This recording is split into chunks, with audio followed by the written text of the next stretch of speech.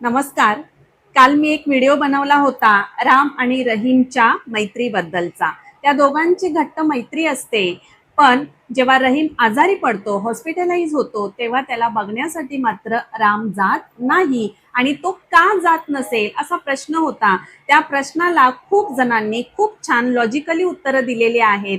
त्याला माहित नसेल, तो स्वतःच आजारी असेल, तो बाहेर गेला असेल, तो गावी गेला असेल किंवा त्याने नर्सकडे कॉल करून चौकशी केली असेल, अशी बरीच छान छान उत्तरं दिलेली आहेत.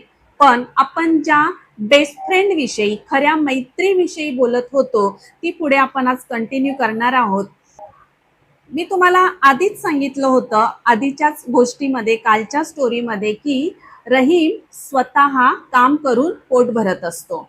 त्यामुळे जेव्हा तो आजारी पडतो तेव्हा त्या ठिकाणी, ज्या ठिकाणी तो काम करत असतो, त्या ठिकाणचा मालक म्हणतो की मला तुझ्या ठिकाणी दुसरा मुलगा कामाला ठेवायला लागेल. त्यामुळे रहीमला खूप टेन्शन येतं की आता माझी नोकरी जाणार, पुन्हा मी कुठे दुसरी नोकरी शोधू, कधी शोधू, कशी शोधू. हे सगळं तो रामला सांगतो. तेव्हा राम त्याला म्हणतो, टेन्शन नको घेऊ, तू तुझ्या तब्येतीची काळजी घे, मी त्या ठिकाणी काम करतो.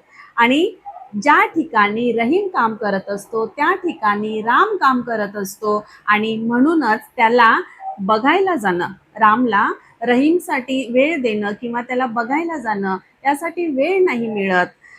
आणि ते रहीमला माहीत असतं की आपल्यासाठी राम तिथे काम करतोय. त्यामुळे श्याम जेव्हा त्याचे कान भरत होता, त्याच्या विरुद्ध बोलत होता, तेव्हा त्याच्यावर काहीही परिणाम होत नव्हता. तर ही अशी मैत्री असली पाहिजे आपल्या आयुष्यात. बघा, लहानपणापासून ते आत्ता आपण ज्या एजमध्ये आहोत त्या एजपर्यंत खूप सारे मित्रमैत्रिणी येतात, पण ते सगळेच जण आपले मित्रच असतात असं नाही.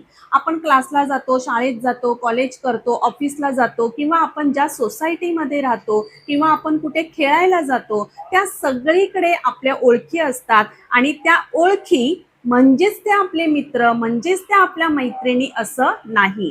तर रहीम सारखा किंवा राम सारखा एखादाच मित्र असतो जो प्रत्येकाच्या आयुष्यात असतो, आणि तो असलाच पाहिजे. असा जर मित्र किंवा अशी जर मैत्रीण तुमच्या आयुष्यात असेल तर नक्की कमेंटमध्ये त्याचं नाव लिहून पाठवा, किंवा हो, माझ्याकडे असा मित्र किंवा माझ्याकडे अशी मैत्रीण आहे असं पाठवा. असा एक जीवाभावाचा मित्र किंवा मैत्रीण असणं ही खूप मोठी संपत्ती आहे. धन्यवाद.